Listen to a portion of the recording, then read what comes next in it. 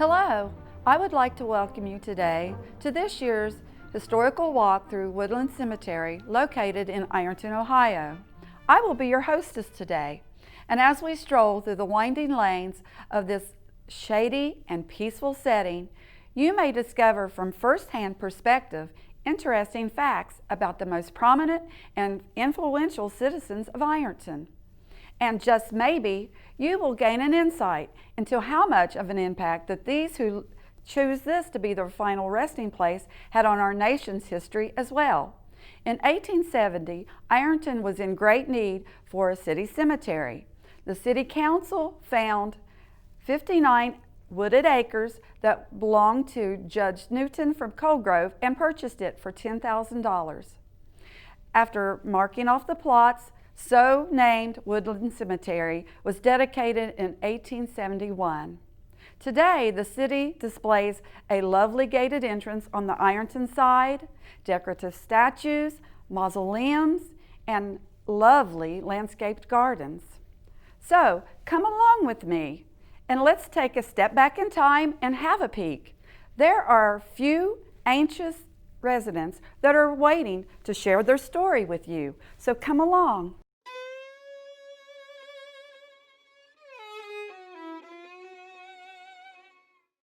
My name is Lovina Deutsch. I am the wife of James Deutsch. I remember the first day I laid eyes on James. It was in church, of course, which was his custom. James, he had a heart after God, and the mighty hand of the Lord laid heavy on James. James was a good man, and he brought probably at least 300 men and women to their freedom run. You know, James would recite the scriptures to the slaves, so often in fact that the Negroes themselves were able to memorize those very scriptures.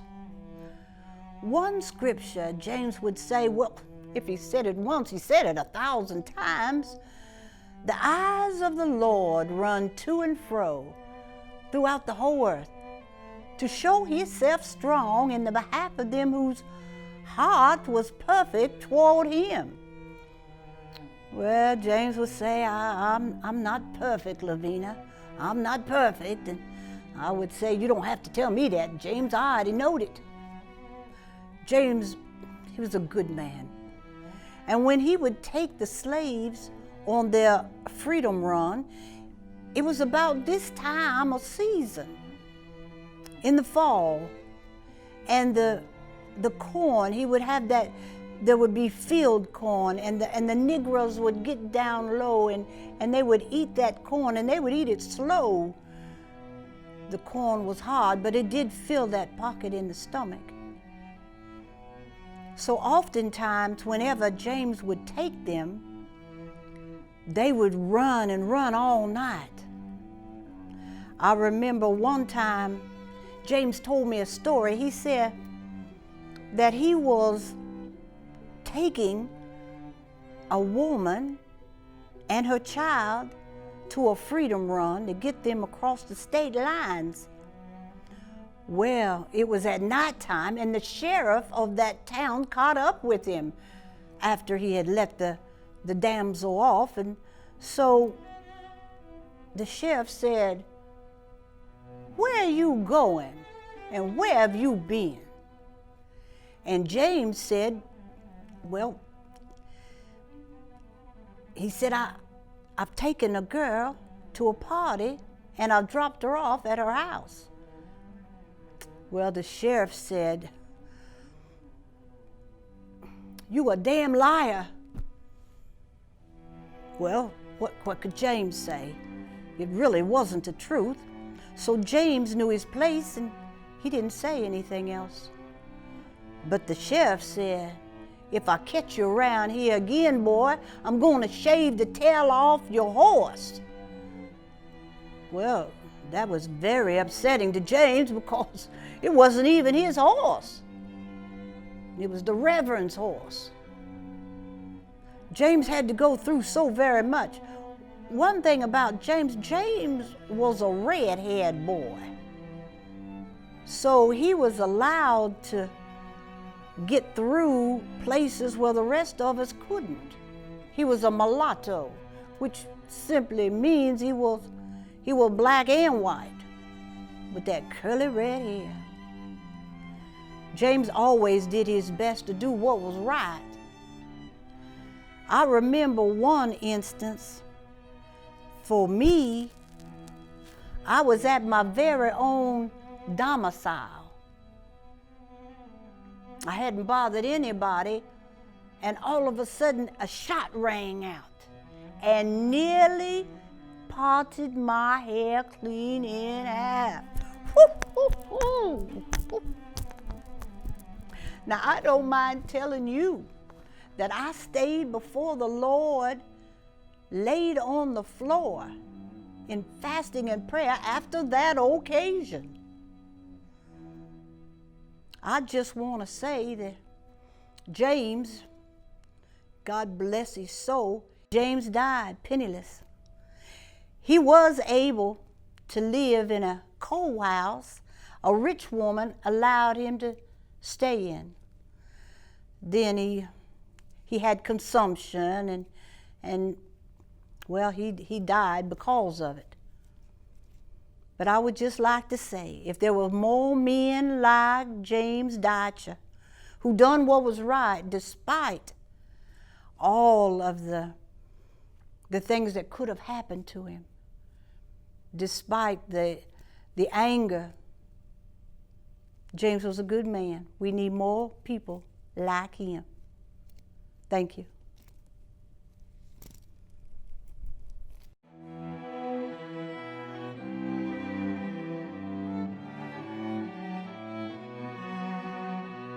My name is Osa Wilson. I was born in 1877 in Galley, Ohio, to a happy home. I wish that I would have the same happy home that I had growing up. I met Scott Wilson and we ended up moving to Ironton, to our first house on 1st and Chestnut Street.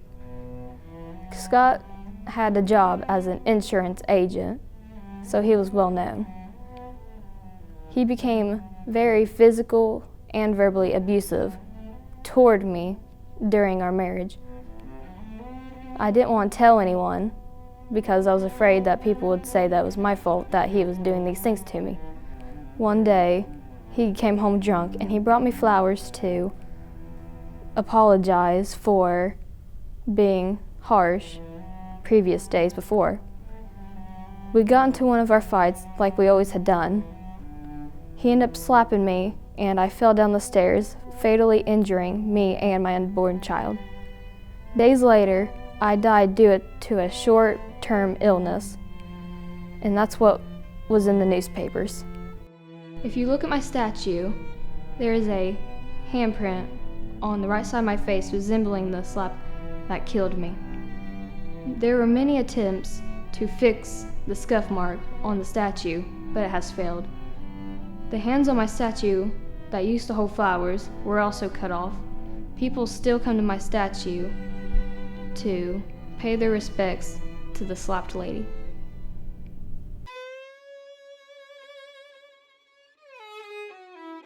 Hello, I'm so glad that you came to see us here at the cemetery. We get so lonesome here, and only once a year are we allowed to come out. I want to tell you a little bit about myself.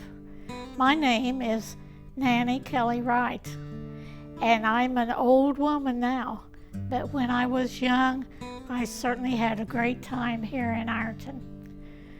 When I first came to Ironton, I was 23 years old. I came because I married Lindsay Kelly.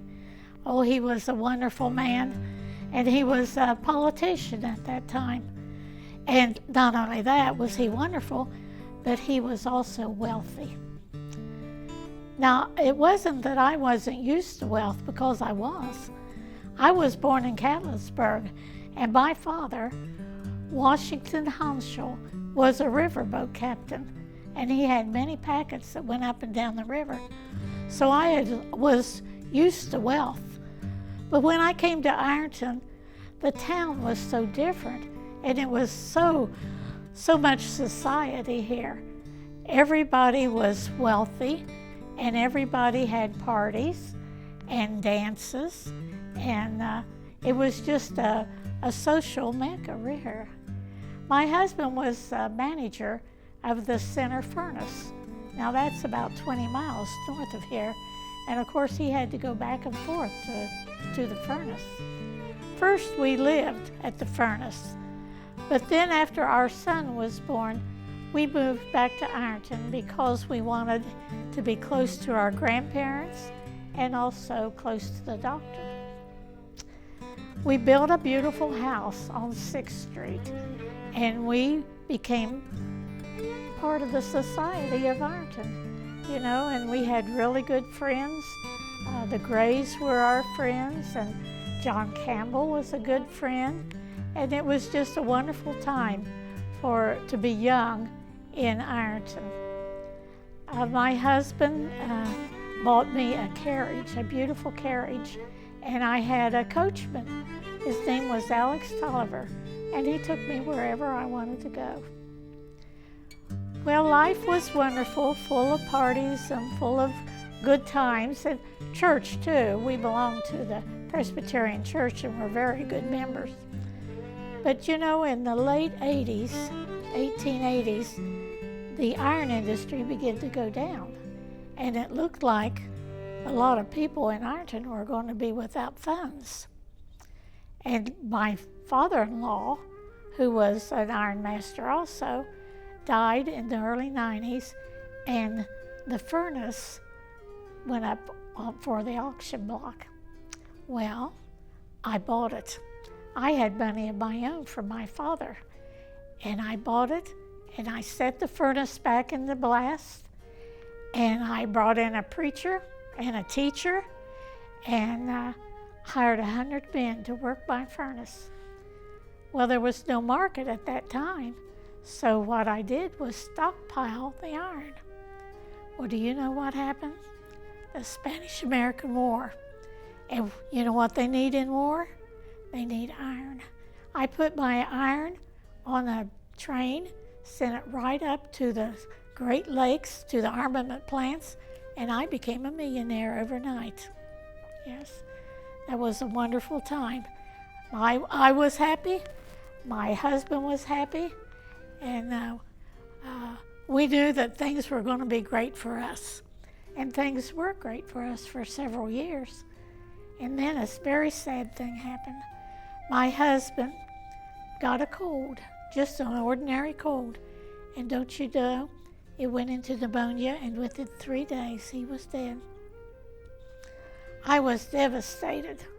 But that wasn't the worst thing that happened to me. Just 11 months later, our only son died. He was not quite 20 years old. Well, then I really was depressed. I went to bed and I just couldn't even get out until finally our preacher, the Presbyterian preacher, came and he talked to me, and he said, "Now, Nanny, God put you on this earth to live and live life to the fullest, and you mustn't grieve yourself so." And I thought, well, he must know what he was talking about. So I got up and I decided to travel. And the first place I went was around the world. Why, in my lifetime, I went around the world 3 times. And I crossed the Atlantic 14 times. Well, I got so used to England that I actually got addicted to tea. I had to have my tea every day at 4 o'clock.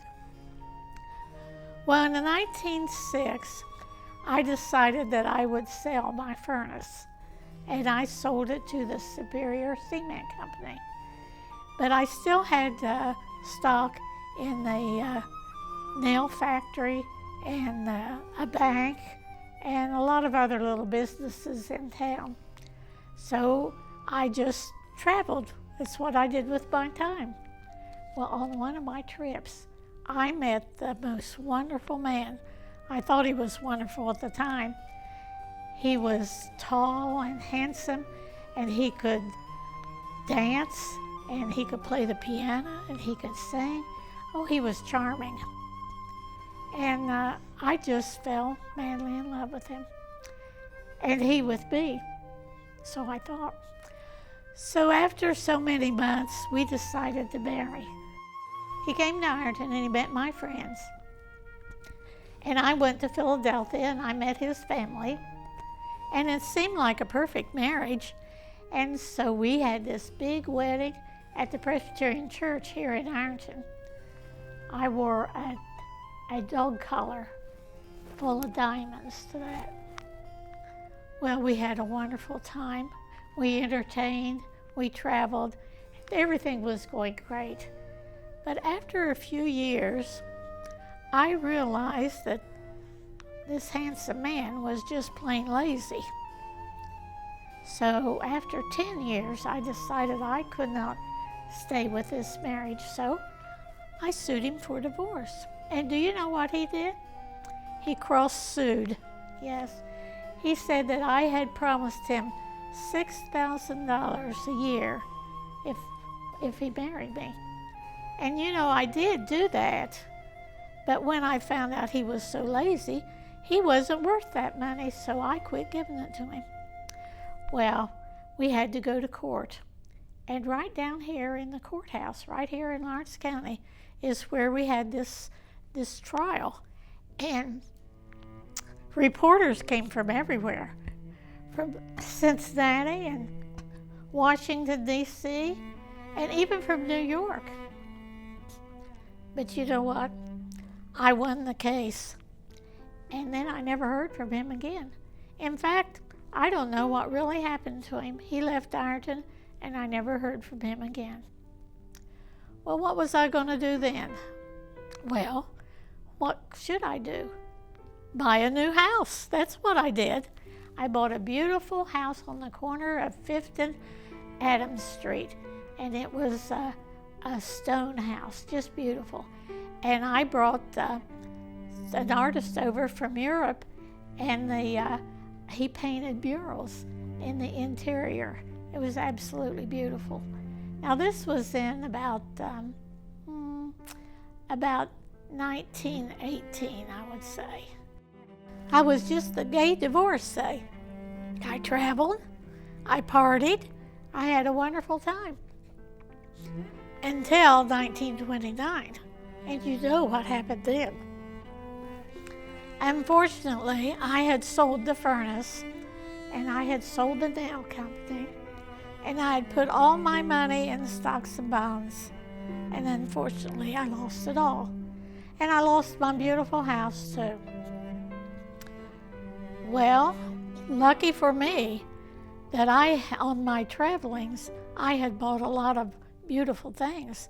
I bought art, and I bought a whole teacup full of unset diamonds. I kept those diamonds in a teacup in my china cabinet. And when I was without money, all I had to do was sell a diamond. So I was able to live a good life all those years on those diamonds. I lived for a while in Huntington at the Frederick Hotel, and then I moved back to Ironton. I wanted to be close to my church and my doctor, Dr. Vitt. Well, I got an apartment at the Marting Hotel, and it was lovely. I was up on the top floor, and I could look out my window, and I could see the bridge, and I could see the train and the soldiers coming home from war with meeting their loved ones. You know, during my lifetime, I saw 4 wars. I was only a child in the Civil War, and then in the Spanish-American Wars when I got my money.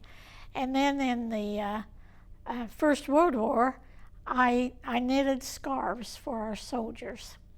And then in the last war, I was living at the Marting Hotel, and I really was probably too old to do anything else but look out my window and watch the soldiers come home.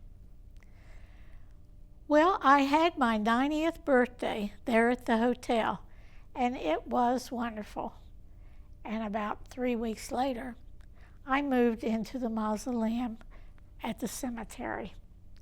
The lady who wrote my obituary, her name was Min Grimes. She said Nanny Kelly Wright lived a life of bold adventure, and you know she was right. Thank you.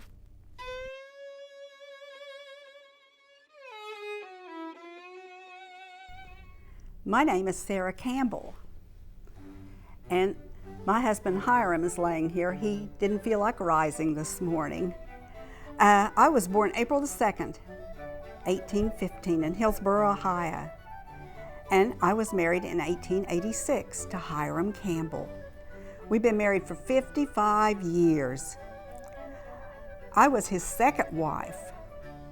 His first wife's name was Rachel. May she rest in peace. Hiram worked as a clerk at the Mount Vernon Furnace for 17 years. He also ran the Argolite Gazette.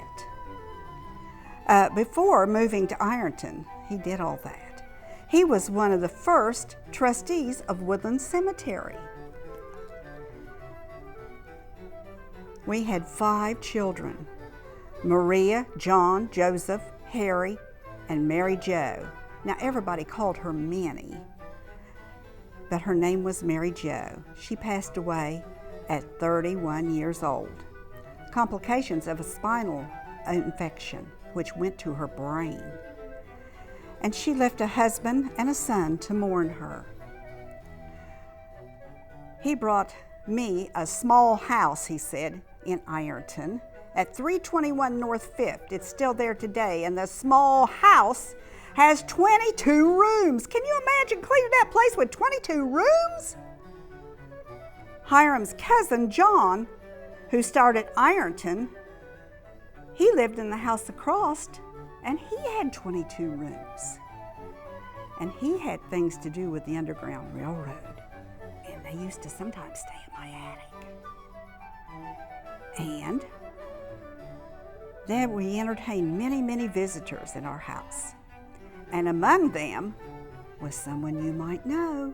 His name is Rutherford B. Hayes. He was the President of the United States. He came to Ironton.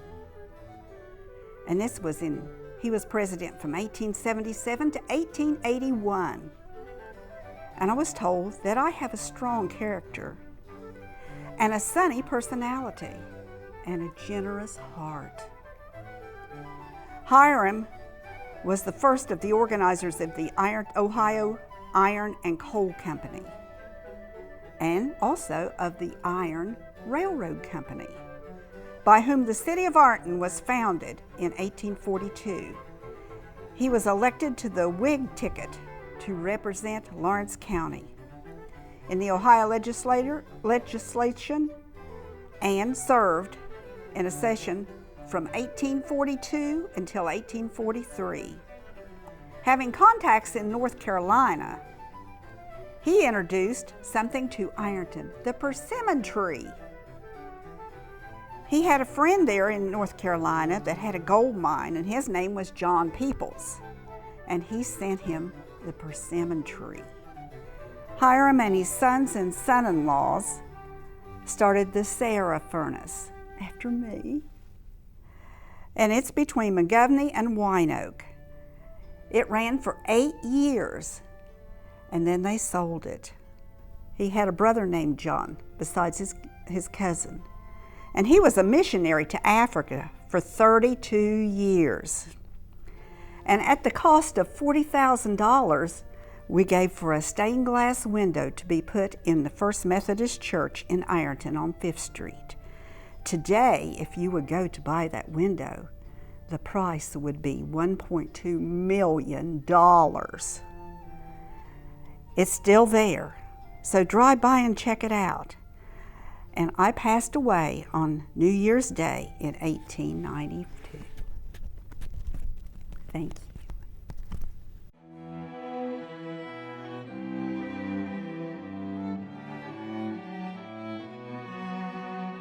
In 1916, the year the Bolshevik Revolution engulfed her homeland, she married James, a native of Ironton, but they were mostly residing in the Chicago area.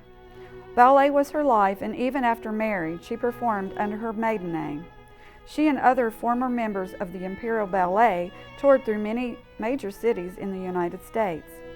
She was praised in magazines and newspapers that hailed her as an artist of unusual merit in character dancing and the classic toe.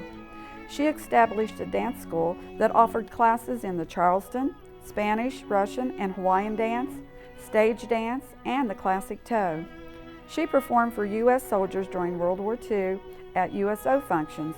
Then following the war, she was honored as the Chicago Opera recipient of the USO Award for her service.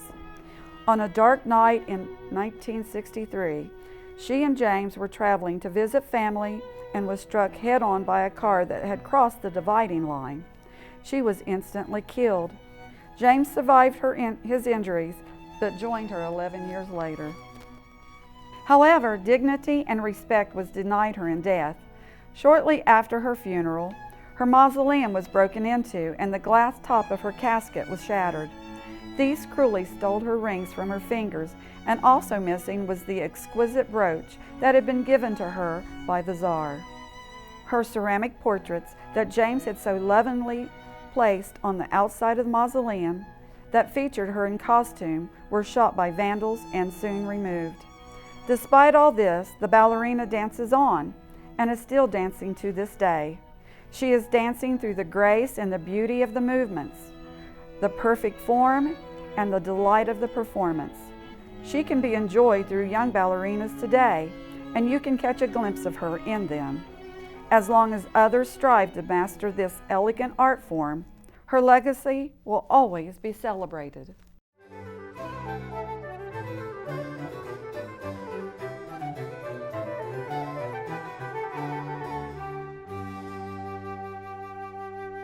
Well, good evening to everyone. Glad to see so many out this evening.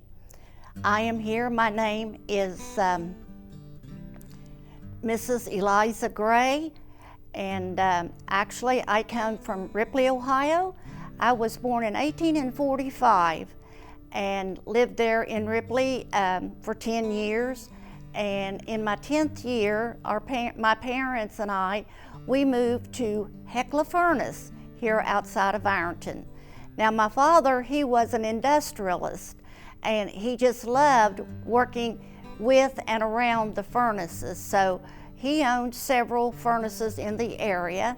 And then as we lived here for a while, I was out one day just walking around, and this is after that we had moved, into Hecla, and I seen this young man there, and oh, did I ever like him.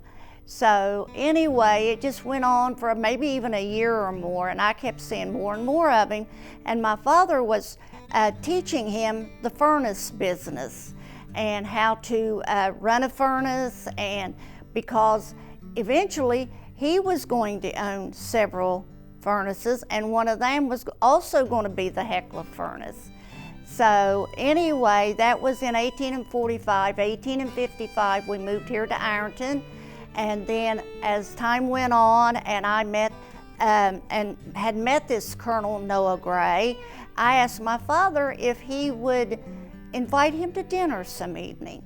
Well, Father said, well, now why would you want to have someone like George Noah at dinner? Well, I said, I just thought it'd be nice. His family's not here, and it'd be nice to, invite him for dinner. So on a surprise one evening, here come George Noah Gray, and I just knew from the moment that that was going to be my husband. I just thought the world of him, and he was so handsome. So we got married in the year of 1866, actually on Christmas Day. And so we also lived there, had a house on the Hecla property, which actually was just like a little village itself. I mean, it had the big furnace, but it had the general store and the church and the one-room schoolhouse. So after we had got married, of course, we started our family. And we had 4 children. Now there was John, and then we had Charles Sedgwick, and then we had George, and then little Miss Emma. And as they was getting a little older, I wanted them to go to the Ironton schools. By that time, Ironton had a middle school and they had a high school. And here we were still, you know, teaching in the one-room school there in Hecla. So I kept after George, and finally, on there again on a Christmas day, Christmas was special to us, that we moved into the house at the corner of Adams and South 6th Street. Now, as time went on, there was 4 generations lived in that house.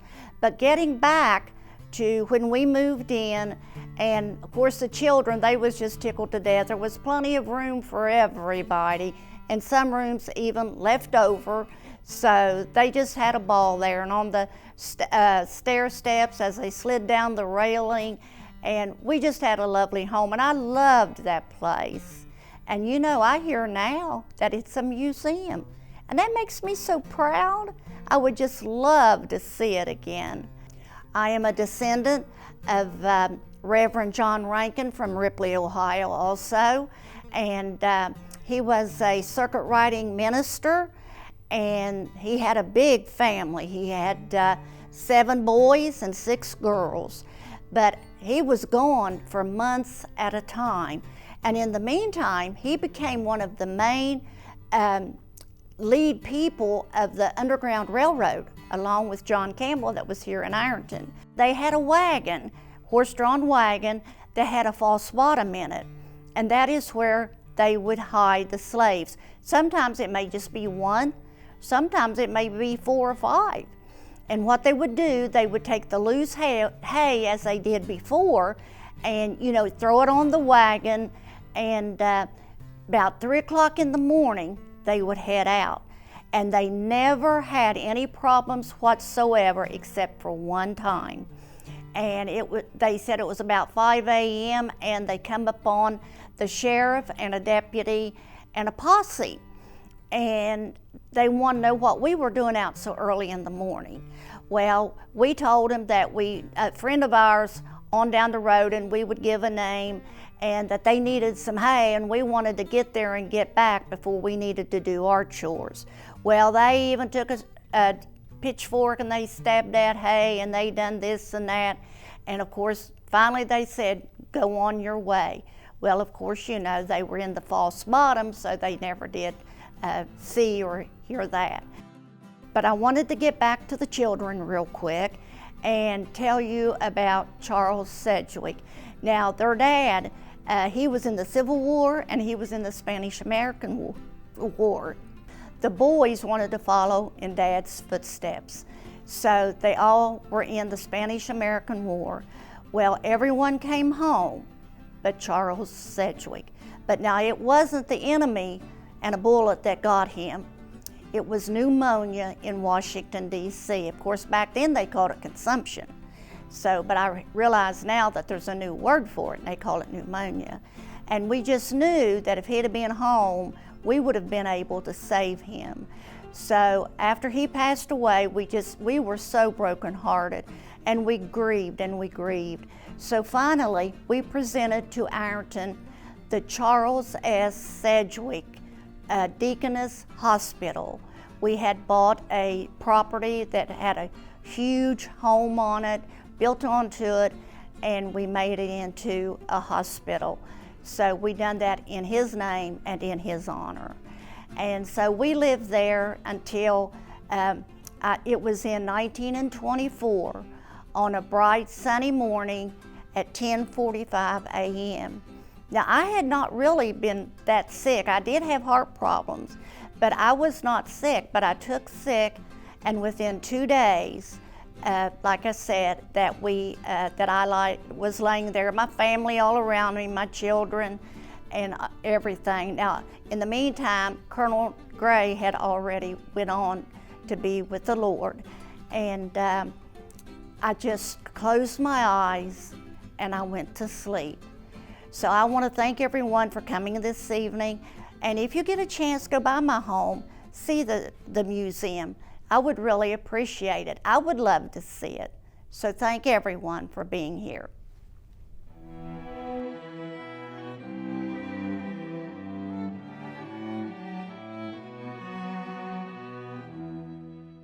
Hello, I'm Margaret Arthur Hunt. I haven't been here nearly as long as a lot of people, and I really haven't done anything really exciting in my life, but I did raise 6 beautiful children. But you may have heard of the Panther baby story. Well, my third great grandfather, Jonathan Marvin, and his wife Nancy lived in Marietta, Ohio. Jonathan was a cooper barrel maker and heard that business was booming in Cincinnati, Ohio. So they decided to make the move to Cincinnati. Well, Jonathan built a flatboat, loaded his family, dog, and everything onto that and floated down to Cincinnati.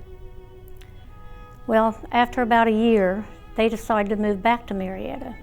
They loaded everything back on the flatboat and started up the river, which was very difficult because going upriver is more difficult than going downriver.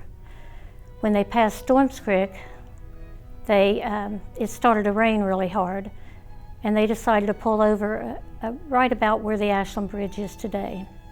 So they unloaded everything, laid everything out to dry, and decided to wait on the stuff to dry, so they took a nap. Well, baby Sarah was on her mother's arm, and they all fell asleep. Well, all of a sudden, the dog barked, the parents jumped up, Jonathan threw some ambers because there was a panther carrying the baby off, which was horrifying to them. Well, when Jonathan threw the ambers at the panther, it dropped the baby and ran off. Well, by then they were so afraid that they decided to load everything back on the boat and start downriver this time. They started back down the river and they pulled up right about where Luke Perry's cabin was and spent the night. Well, the next morning Jonathan got up, crossed the river where Colonel Pogue was clearing land, and told him the story. Well, Colonel Pogue decided that he would send 2 of his best hunters and their dogs with Jonathan, and they built a 3-sided shelter because they said the panther probably would return. Well, sure enough, right before dark, the panther showed up again, and they waited until the panther was really close and let the dogs loose. They shot the panther, and it measured 11 feet from the tip of its nose to the end of its tail. Little Sarah grew up and married Charles Hatcher. They had a daughter, Sarah Jane, and she grew up and married Enoch Moore. They had a daughter named Laura, and she grew up and married Charles Arthur. Charles and Laura had a son named Roscoe. Roscoe had a daughter named Margaret, and that was me.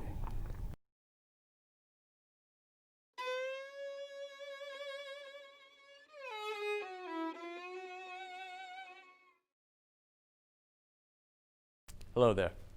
My name is John Campbell.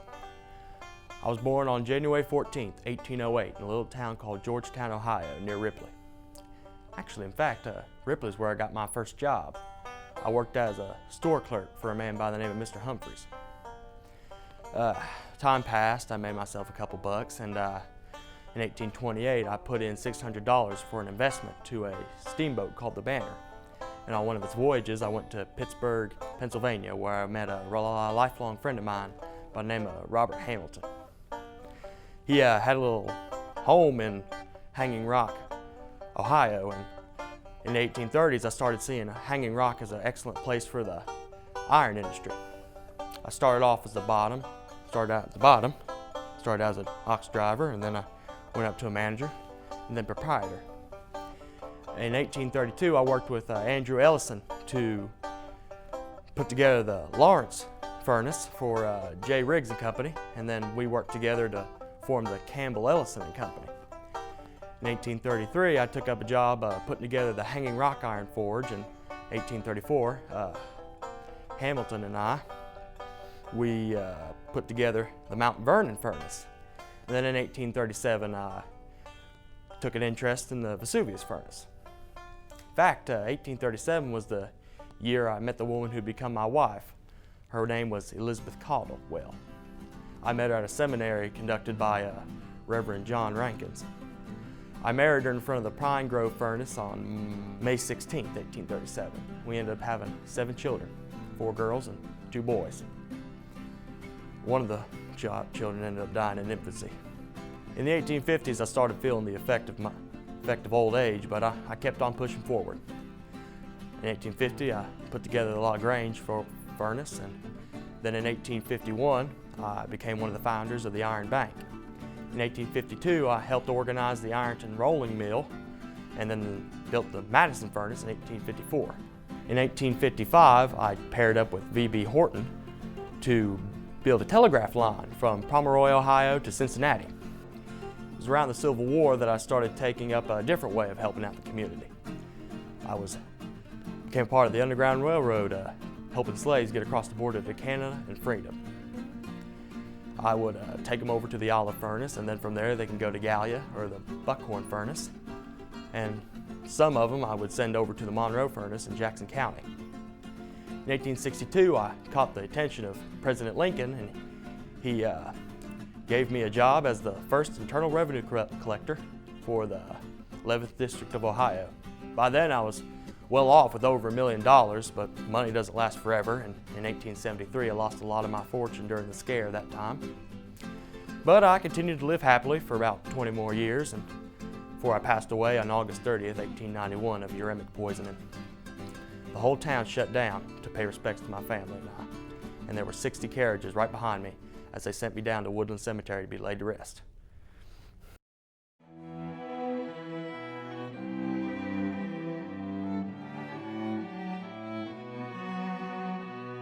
Good evening. My name is Ralph Leet. I was born in Tioga County, Pennsylvania in 1822, where I loved to read and learn in every aspect as a child. Started out as a mail carrier at age 14 across the Allegheny Mountains, and then soon moved to a surveyor across the Susquehanna River area. Then after that, I became a teacher and taught in several states before I moved to Ironton in 1844 to teach at the Vernon and Buckhorn Furnace schools. I then took my earnings from teaching and used it to go to school to study law. Then in 1847, I opened up my own law office in Burlington, Ohio. Next comes the greatest feat of my law career. It started July 6th, 1850. But the real story started in 1845 when a slave owner by the name of David Pauley had passed away. In his will, he had wished for all of his slaves to be free. So, 4 years later, in 1849, a group of slaves had moved from Pike County, Kentucky, all the way up here to Lawrence County, Kentucky, and had settled 6 miles away from Burlington in the Macedonia Ridge area. They were happy and content living their new lives in Ohio with being free, and they started their own church. But little did they know, 4 men, 2 that lived near them and 2 from Catlettsburg, Kentucky, had planned to ruin their new lives. The 4 men had kidnapped 9 of the Pauley children and had taken them across the border to Kentucky to be resold into slavery. A man named McMillian, who had worked for the L.C. Roberts Slave Trade Company from New Orleans, had heard about the children and had come to purchase them. As soon as he had purchased them, he had resold them to different slave owners. Some went to Virginia and some went down the river to Maysville. Then the ones that went to Maysville were then separated once again and sent to Louisville and on a steamboat to New Orleans. When I heard of these tragic acts, I was repulsed by the inhumane actions that these men had taken, and I immediately, with help of a friend and being prosecuting attorney at the time, decided to take matters into my own hands to save these children. Well, we traveled to Maysville and then telegraphed ahead to every major city along the way to try to intercept the slave owners and the children that were taken along the way. One was found in Lexington, one in Shelbyville, one in Louisville, and 2 were found on a train in Frankfort, Kentucky, a mother and her baby. That woman was Huldah Pauley. It took years of litigation for these crimes to be solved, and the Virginia wing had lasted all the way until that war began. In each case, I retained counsel, and finally their freedom was bought, and each child was returned to their parents here in Ohio. I was elected to the state legislature in 1858, where I served 2 terms. My wife Harriet died shortly after. We were together 30 years and had 5 children. I then remarried to another woman named Jane, but she had died sadly in 1898. During the Civil War, while serving as our county's military leader, I corresponded several times with President Lincoln. I asked to be sent troops to protect Lawrence County's borders from Virginia and Kentucky. I also met President Lincoln in person when taken by another fellow congressman to the White House. He took my hands and he said, "I recognize you. I remember your name. We sent you 1,400 troops because you thought you would need something of the sort." I've respected Lincoln ever since then. On July 20th, 1905, death closed my career due to illness and long age. I have rested here since then.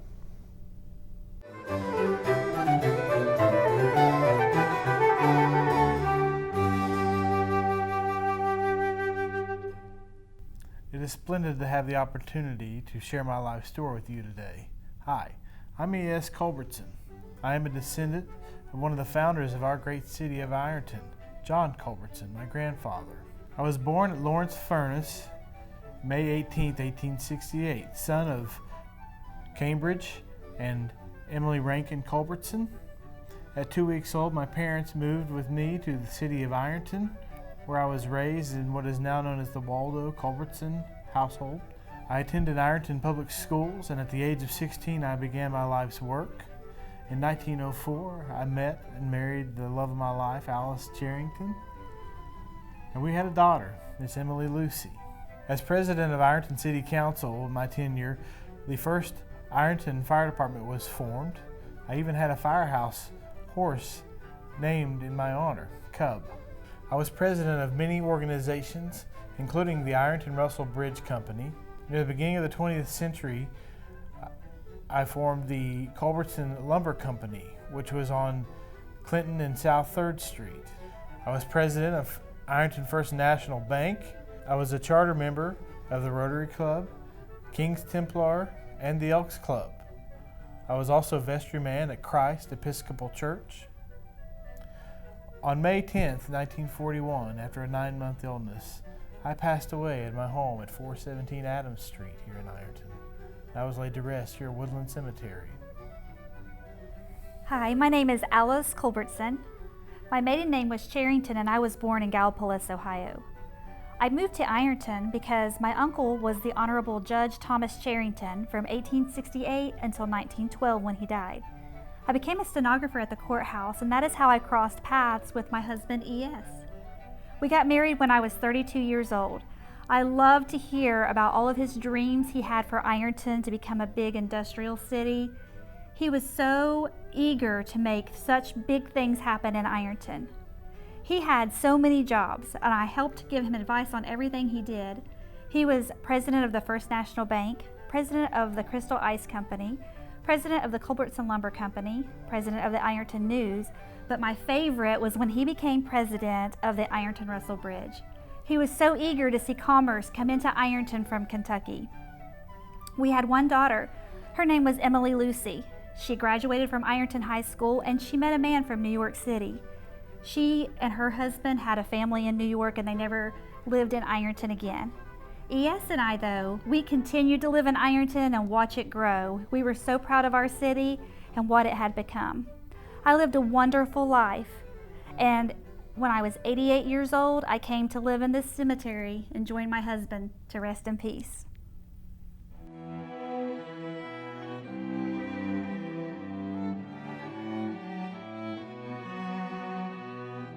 Good evening, friends. My name is Gabe Johnson.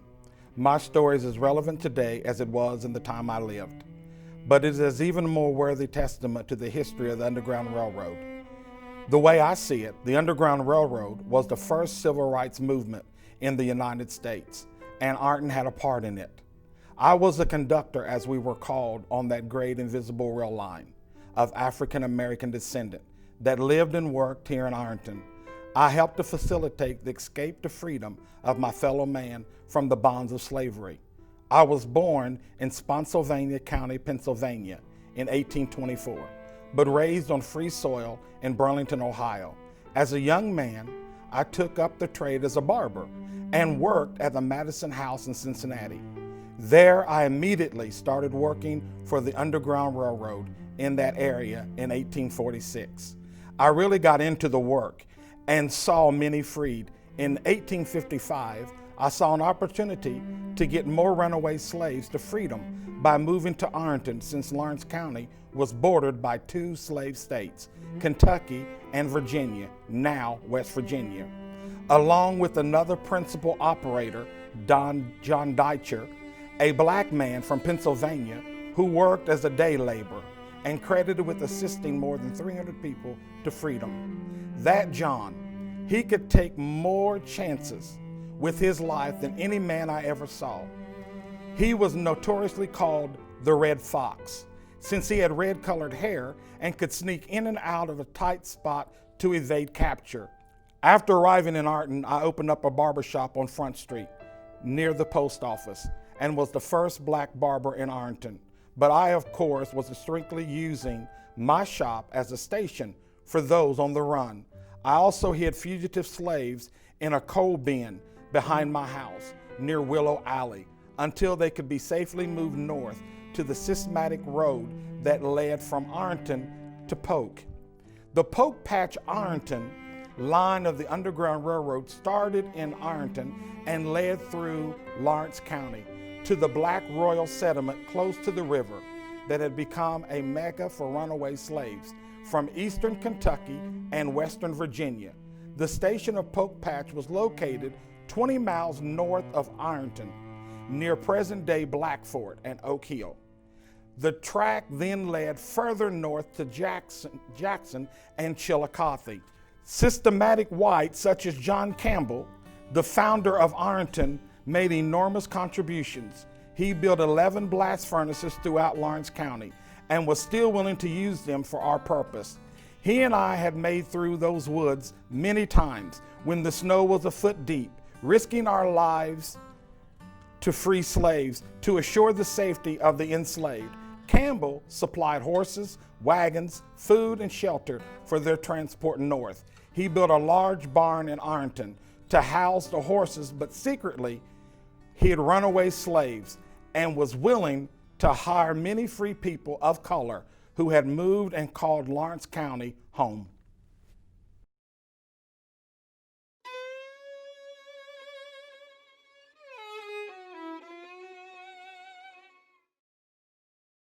Hello, my name is Ironton Austin Kelly. I was born April the 8th, 1849. My father had just sold the farm to the Ironton Iron and Coal Company to establish the new town called Ironton, named after some guys that decided to call it Ironton because a ton of iron would come out of the ground from this country. So the town grew from Storms Creek to Jefferson Street, from the river to the hill, and then on it expanded. My father was always interested in the iron business, and he invested in the iron furnace companies, and I myself became an iron master. And we built the Ironton Nail and Iron Company. Then after a while, after the business, I became an iron master. I moved over to Ashland, Kentucky, and built the Ashland Steel and Rod Company. From there, I built my new home, beautiful home on Bath Avenue, and then lived there the rest of my life, passing away in 1911. My children buried me in the Woodland Cemetery, and I still lay there alongside my wife, Frances.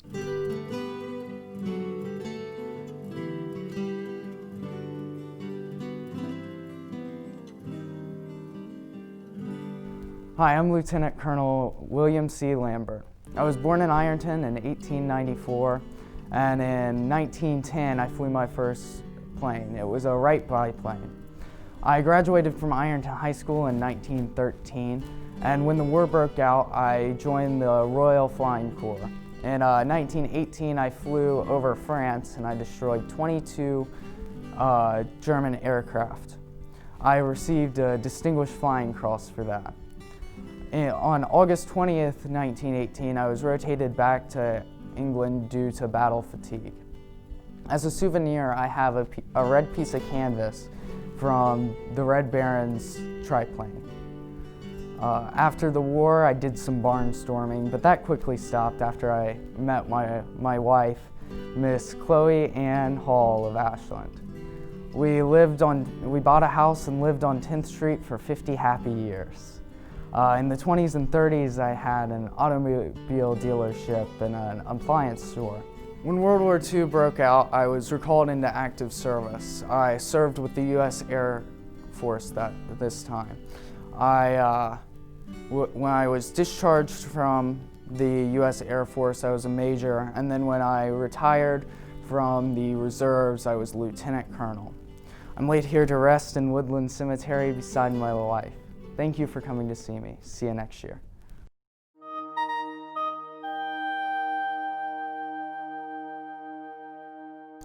Oh, hello there. I'm Mary White Slater. I'm a poet and writer, educated in many prestigious colleges, one being Columbia University in New York. I've been published in many national newspapers and magazines such as Harper's and the Cosmopolitan. I won many awards for my poems and short stories, and then I met my husband, James Slater, in 1890. He was much older than me, but he became my stronghold. He introduced me to this fine town of Ironton, and where before I was from Cincinnati. He served in the military and then became a pharmacist here in this town. He was a great citizen who I loved dearly, so after his death, I wrote a poem describing his worth. He had done so much for me. Then in 1900, he had me my dream home built on the corner of 5th and Washington. I lived in very interesting times. As you may see by my sash, I served in the women's suffrage movement. And so, of course, when the 19th Amendment was passed, I was so glad to cast my first vote. Then, since 1953, I've made this here Mausoleum my home. And before you go, I'll read you a quick poem. Autumn leaves, up and down, little ghosts run through the town, up the streets and down the alleys, on the hills and in the valleys, up and down, little ghosts all thin and brown, whispering, whispering together in the windy autumn weather. Thank you.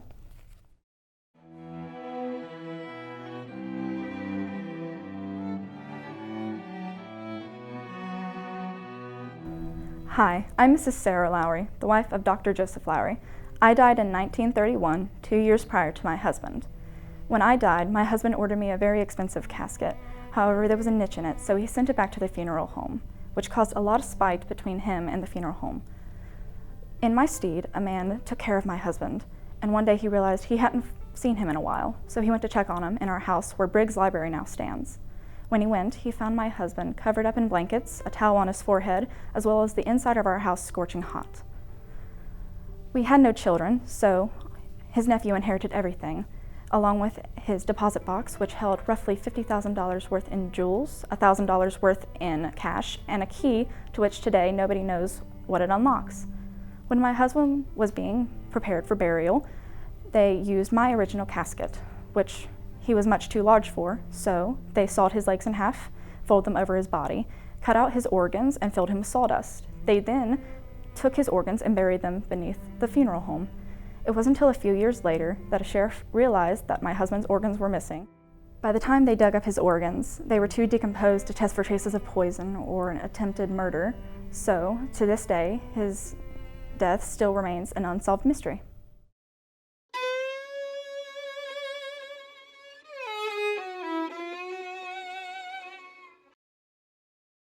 My name is Ella Bloxam. Most of you haven't heard of me, but if you were anywhere around in the mid to late 1800s, you have heard about me. I was from Ironton, Ohio, and I met this young gentleman. He was a reverend. His name was Henry Webster. And Henry and I fell in love. And in 1849, we went up above the Muskingum River and we got engaged. And he was so in love with me, he wrote a poem about me. My family was not crazy about the idea that he and I were engaged. We came from a very affluent family, very wealthy, and Mr. Webster was poor. So my family did not agree with this arrangement. So we had to break up. And in the letter I wrote him, I said at the beginning, "We can forget if we try." With those words, he wrote a song about me, and the song became so popular that it spread all over the country, and Confederate and also Union soldiers would sing the song when they would remember their girlfriends, remember their wives, their loved ones back home. And it even became a bit of a controversy because General Hunt Morgan wanted to have Mr. Henry Webster, my Henry, arrested because he wrote this song. Fortunately, that never happened, but the song lives on. It has been in movies, it has been in films, it has been in video games.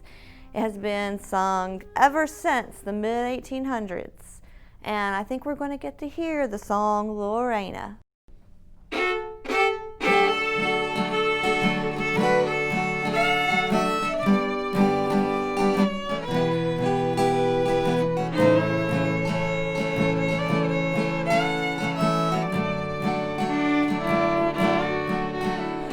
The years creep slowly by, Lorena.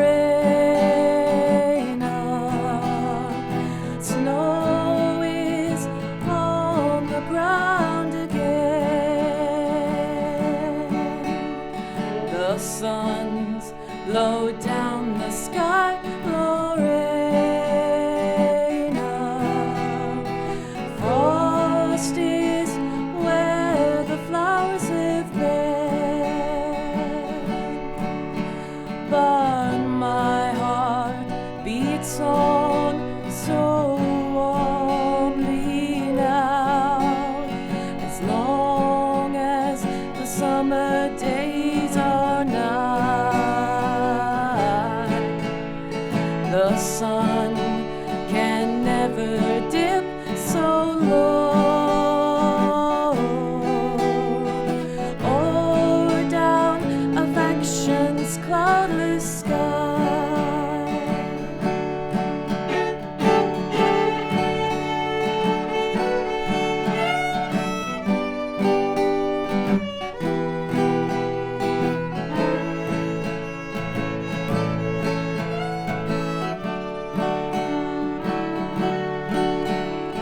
We loved each other then, Lorena,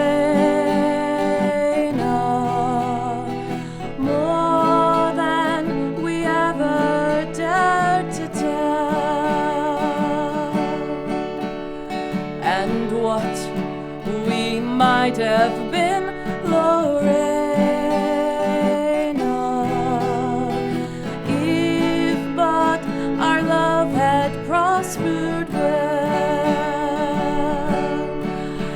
But my heart beats on so warmly now, as long as the summer days are nigh.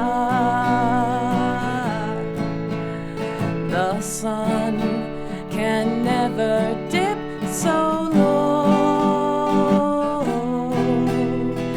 or down affection's cloudless sky.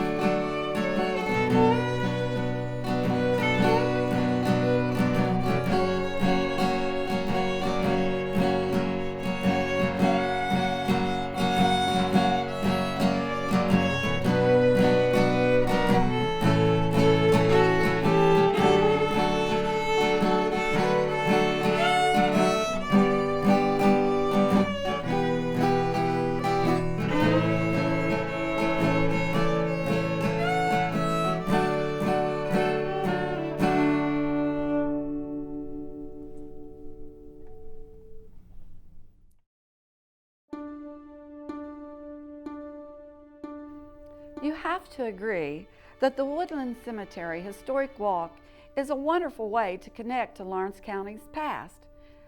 We hope that this reenactment today has brought faces to the stories of the people who rest here.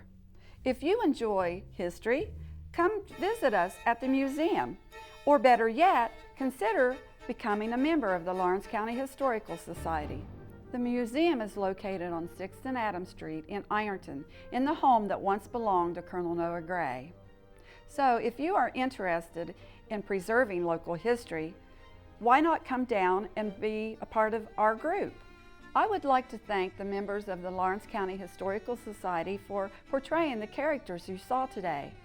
Ohio University Southern Campus in Ironton and Armstrong Cable for providing their time, their talent, and resources to making this event a success. History does not have to be boring or dust-covered. It is as alive and as full and as exciting as you make it. So pick up a book, go online, or better yet, talk to someone who has experienced it in person. So by exploring the lives of those who came before us and the circumstances of their times, then we would discover that really we're not that much different. Are we participants or merely witnesses to the times of which we live? That is just a thought. So why not just visit us down at the Historical Society and become a part of us? And you could be a history hunter too. Well, I say goodbye for now and see you next year at the Woodland Cemetery Historic Walk Through the Past.